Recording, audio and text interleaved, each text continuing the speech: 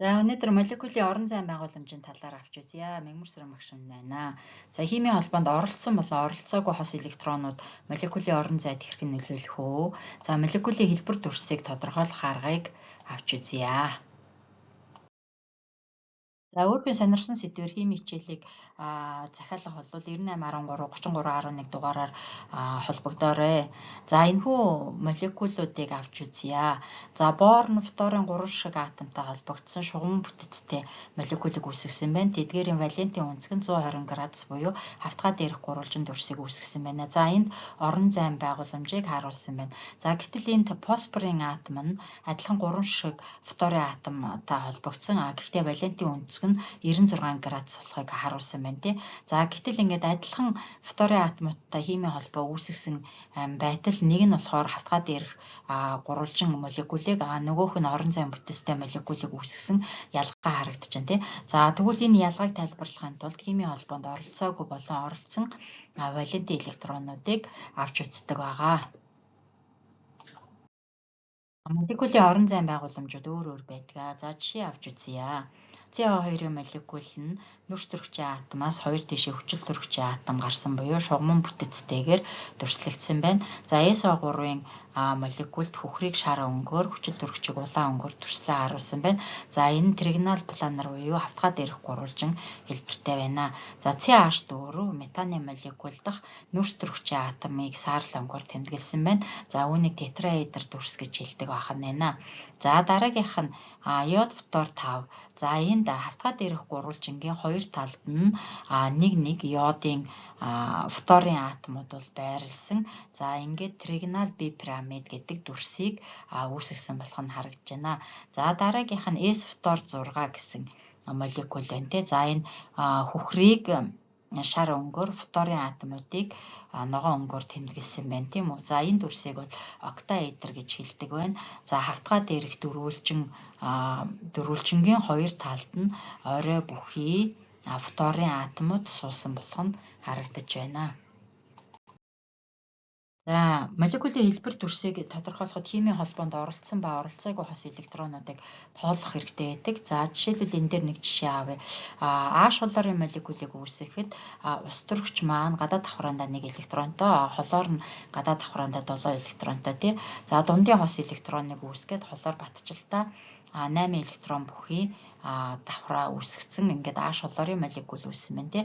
За тэгвэл энэ холбоог үүсгэхэд энэ нь химийн холбоонд оролцсон хос электрон болж таарах нь штэ. Гэтэл энэ 3 хос холорыг тойроод байсан 3 хос электрон маань химийн холбоонд оролцоогүй хос электронууд гэж явах нэ. За өөрхөн хүссэн сэдвээр химийн хичээл авахыг хүсвэл 9813 3311 дугаар тандаарай. За химийн холбооны өнцөгт холбоонд оролцоогүй хос электронууд хэрхэн нөлөөлдгийг авч үзье. Жишээлбэл энэ амикийн молекул юу чинь тийм ээ энэ H3. За энд тэгвэл азотын атом нь химийн холбоонд оролцоогүй нэг хос электронтой байдаг шүү дээ. Тэгвэл энэнийхээ нөлөөгөөр бусад химийн холбоонууд дотогшоогоо ингэж хунигдаж шахагдсан байдаг. За ингээр валентийн өнцөг нь 107 градус болж буурсан байгааг харж байна тий. За усны молекулд хүчил төрөгчийн атомд химийн холбоонд оролцоогүй хос электрон 2 болохыг ингээд тэмдэглэсэн байна тий. За энэ хоёр хос электроны нөлөөгөөр хүчил төрөгч ус төрөгчийн атомын хоорондох валентийн өнцөг нь 105 градус болж багассан байна. Өөрөөр хэлбэл химийн холбоонд оролцоогүй хос электроны тоо олон байх тусмаа нөгөө химийн холбооны валентийн өнцгийг бол багасгаж ингэж шахаж өгдөг байна. За тэгвэл шүү дээ химийн холбоонд бас адилхан төрлийн атомууд ингэж оролцохоос гадна өөр нэг сондгой төрлийн атом ороод ирэхэд тухайн атомын нөлөөлөл бас ордог байгаа. За жишээлбэл монохолоор метан байна те CH3. За холоор маань өөрөө илүү их цэцлэгаан сөрөг чанар ихтэй. Тэгээд энд H-тай холбогдсон химийн холбооны өнцгийг нэлээд сайн жижигрүүлж шахаж өгсөн байна тийм ээ. Яг тэгэхээр холоор өөр дээрээ хасах цэнэгээ илүүдэлтэй байгаа учраас химийн холбоог ер нь түлхэж байна гэж ойлгож болох нь тийм. За метан дахь химийн холбоог авч үзье. За тэгвэл нүүрс төрөгч нь ус төрөгчтөө ингээд холбогдсон байгаа. Тэгтэл энэ нүүрс төрөгч ус төрөгчүүд хоорондоо бол химийн холбооны хүч нь яг адилхан учраас хоорондоо 109.5 градусын өнцгөр буюу тэнцүү байдалтайгаар холбогдсон байна. За ингээ молекулын бүтцийг тодорхойлоход хамгийн гол нь химийн холбоонд нэгэн төрлийн атомууд оролцсон байх үед бүх холбооны шинж чанар адил байдаг учраас валентийн үнцэг адилхан байна. За энэ метаны молекул дээр адилхан байсан. За мөн химийн холбоонд оролцоогүй хос электронууд нь үүссэн химийн холбооноос илүү их орон зайг эзлэн байршдаг. За тэгвэл эндээс харъя л да. Энэ химийн холбоонд оролцоогүй хос электрон маань маш их хэмжээний орон зайг энд эзэлсэн байна тий. За энд хос электроны химийн холбоонд оролцоогүй хос электрон их байх тусмаа нөгөө химийн холбооныхоо үнцгийг бодвол илүү их орон зайг эзлэн байршсан байна. Хоёрсон холбоон дан холбоог бодвол илүү их олон тооны электроныг агуулдаг учраас дан холбооноос их орон зай эзлэн байршдаг. За жишээлбэл энэ дээр С хоёрсон холбоо CH-тай холбогдсон байна тий. За тэгвэл CH-ийн хоорондох үнцэг 120 градусаас бага буюу 116 градус байхад энэ CH болон CO-гийн хоорондох үнцэг 120 градусаас их болох нь харагдаж байна. Илүү их орон зайг эзлэн байршиж байна. За тэгвэл дараагийнх дээр нь CH2 буюу этилений молекулыг авч үзье тийм ээ. За тэгтэл л штэ CH-ийн хооронд үүсэж байгаа валентийн үнцэг бас 120 градусаас бага буюу 117 градус байна тий. Тэгвэл CC-гийн хооронд болон CH-ийн хооронд үүсэж байгаа энэхүү үнцэг нь 120 градусаас хамаагүй их болох нь харагдаж штэ. За энэ мэтчлэнгээр хоёрсон холбоон дан холбооноос илүү их орон зайг эзлэж байршдаг байна. Энэ нь бас молекулын бүтцэд нөлөөлнө.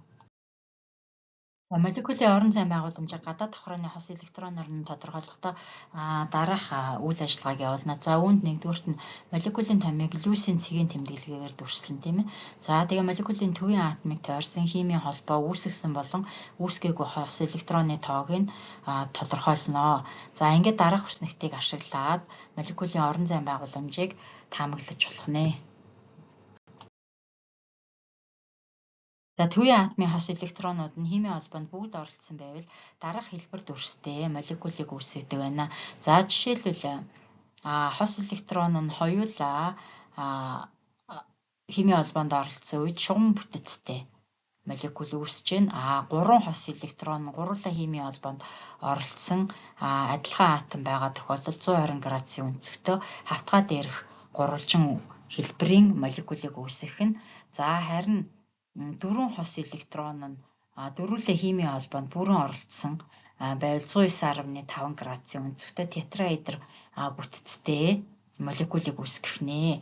За хос электроны тоо 5 болоод тэдгээр нь бүгдээрээ химийн холбоонд оролцсон тохиолдолд тригонал бипирамид хэлбэртэй энэ гурвалжингийн хоёр талд нь дахиад нэг юу байгаа штэ хоёр хос электрон байгаа штэ. Тэгээ тригонал бипирамид хэлбэртэй молекулыг үүсгдэг ахна. За 6 хос электрон зургуулаа химийн холбоонд оролцсон үед энэ төвийн атомаасаа тийм ээ ийм дөрвөлжин хэлбэртэй хавтгай дээрх дөрвөлжин тэдгээрийн хоёр талд нь хос электронууд бүхий октаэдр хэлбэр дүрстэй молекулыг үүсгдэг байна. За химийн холбоо үүнд оролцож байгаа тухайн атом нь химийн холбоонд оролцсон хос электронтой байж болно. Эсвэл химийн холбоонд оролцоогүй хос электронтой байж болох нь шүү дээ. За тэгвэл молекулын хэлбэр дүрс яаж гарч ирэх вэ гэдгийг энэ хүснэгтэн дээр харуулсан байна. За нийтдээ 2 хос электронтой байлаа. Тэгтэл хоёулаа химийн холбоонд оролцсон тохиолдолд AX2 хэлбэртэй ийм шугамн молекулыг үүсгэж байна. За жишээлбэл бериллий фтор 2 байна тийм ээ. За 3 шиг хос электронтой байлаа химийн холбоонд оролцсон. Холбоонд оролцоогүй электрон бол байхгүй байна тийм. Тэгэхээр тригонал гурвалжин буюу AX3 хэлбэртэй молекулыг үүсгэсэн байна. За энэ дээр жишээлбэл бор фтор 3 гэсэн жишээг авсан байна тийм. За 3 шиг нийтдээ хос электрон байгаа. За түүнээс 2 нь химийн холбоонд оролцсон, нэг нь оролцоогүй байна шүү дээ. За тэгвэл энэ дээр тийм бага зэргийн нугларсан өнцөгтэй AX2 гэсэн молекулыг үүсгэсэн. За энэ дээр болохоор химийн холбоонд оролцоогүй хос электроныг дүрслэн үзүүлсэн байна. За жишээлбэл SO2 байж болох нь тийм. За гэтэл л штэ нийтдээ 4 шиг хос электронтой. Тэгээд холбоонд оролцоогүй хос электрон байхгүй тохиолдолд тетраэдр бүтэцтэй метаны молекултай адилхан молекулыг үүсгэж ирсэн тий. За тэгвэл 4 шиг хос электроноос 3 нь химийн холбоонд оролцчихсан, нэг нь оролцоогүй тохиолдолд AX3 гэсэн томьёотой тригонал бипирамид хэлбэрийн гурвалжин молекулыг үүсгэдэг. За энэ нь жишээлбэл NH3 буюу аммиакийн молекул болох нь харагдаж байна. За 4 шиг хос электроноос 2 нь химийн холбоонд оролцоод 2 нь химийн холбоонд оролцоогүй байвал AX2 хэлбэртэй ийм нугаларсан усны молекултай адилхан бүтэцтэй молекулыг үүсгэдэг байна. За одоо хос электроны 5 байх үед үүсэх молекулын орон зай байгууламжийг авч үзье. За химийн холбоонд 5 электрон бүгдээрээ оролцож болно. Тэгвэл холбоонд оролцоогүй электрон үлдэхгүй шүү дээ. За энэ үед тригонал бипирамид буюу AX5 хэлбэрийн молекул үүсдэг байна. За дүрсийг нь бол ингэж зурх нь тий автгаа дээрх гурвалжин түүний эсрэг талд нь хоёр талд нь дахиад нэг атомод холбогдсон байдалтай байх нь. За энэ нь жишээлбэл фосфор холоор 5 гэсэн молекулыг жишээ олгож үзүүлсэн байна тий. За нийт 5 хос электроноос 4 нь химийн холбоонд оролцоод нэг нь оролцоогүй тохиолдолд СИСО тийм ээ хөрөө шиг бүтэцтэй AX4 гэсэн иймэрхүү молекулыг үүсгэж байна тий. За энэ дүрсийг нь зурсан байна. Энд химийн холбоонд оролцоогүй хос электроныг харуулсан байна. За S-4 гэсэн иймэрхүү хэлбэртэйгээр дүрсэлж үзүүлэх нэ. За дараа нь 3 хос электрон нь химийн холбоонд оролцоод 2 нь оролцоогүй байна тий. За энэ тохиолдолд Т хэлбэрийн AX3 гэсэн молекулыг үүсгэж байна. За химийн холбоонд оролцоогүй хос электронууд нь дүрслэгдсэн байна. За жишээлбэл холоор фтор 3 гэдэг иймэрхүү молекул жишээ олгосон байна. За нийт 5 хос электроноос маань химийн холбоонд 2 нь оролцоод 3 нь оролцоогүй байж болно тийм ээ. За энэ тохиолдолд AX2 гэсэн шугам бүтэцтэй молекулыг үүсгэсэн байна. За тэгээд хос электронууд маань химийн холбоонд оролцоогүй хос электронууд маань энд дүрслэгдсэн байна. За энэний жишээ нь ксенон, фтор 2 гэсэн ийм молекул байна. За тэгэхээр штэ химийн холбоонд оролцсон болон оролцоогүй хос электронуудын тоолцсон тохиолдолд молекулын хэлбэр дүрсийг л олох боломжтой гэдгийг харж штэ. Хос электроны тоо нийтдээ 6 байх үед үүсэх молекулын орон зайн бүтцийг авч үзье. За тухайн молекулд 6 шиг хос электрон байхад бүгдээрээ химийн холбоонд оролцсон тохиолдолд октаэдр буюу AX6 гэсэн молекулыг үүсгэж байна. Жишээлбэл S-фтор 6 байна тийм ээ. За тэгвэл 6 хос электроноос 5 нь химийн холбоонд оролцоод нэгэн сондгоо үлдсэн тохиолдолд square pyramidal AX5 гэсэн ийм молекулыг үүсгэж байна. Өөрөөр хэлбэл тэгш өнцөгт пирамид хэлбэрийн молекул үүсгэсэн байна. Энэ нь йод фтор 5-ыг жишээ олгон харуулсан байна. За 6 хос электроноос 4 нь химийн холбоонд оролцсон, 2 нь харин оролцоогүй тохиолдолд хавтгай дээрх тэгш өнцөгт хэлбэрийн буюу AX4 гэсэн хэлбэртэй молекулын бүтцийг үүсгэсэн байна. За химийн холбоонд оролцоогүй хос электрон нь тэдгээрийн хоёр талд бол байрласан болох нь харагдаж байна. За жишээлбэл ксенон, фтор 4 байна. Энэ мэтчилэн химийн холбоонд оролцсон болон оролцоогүй электронуудыг тодорхойлсноор молекулын бүтцийг тодорхойлох боломжтой. Дараах тасгалыг бие даан хийгээрэй. Үүнд SO2, pH 3 молекулуудын орон зайн бүтцийг тодорхойлж туушрлыг дүрслээрэй. За өөрөөр сонирхсан хүссэн сэдвээр химийн хичээлд хамрагдахыг хүсвэл 98133311 дугаартаа холбогдож болно. За мөн иймэрхүү YouTube хичээл хийж сурахыг хүсвэл мөн энэ дугаарт холбогдож болно.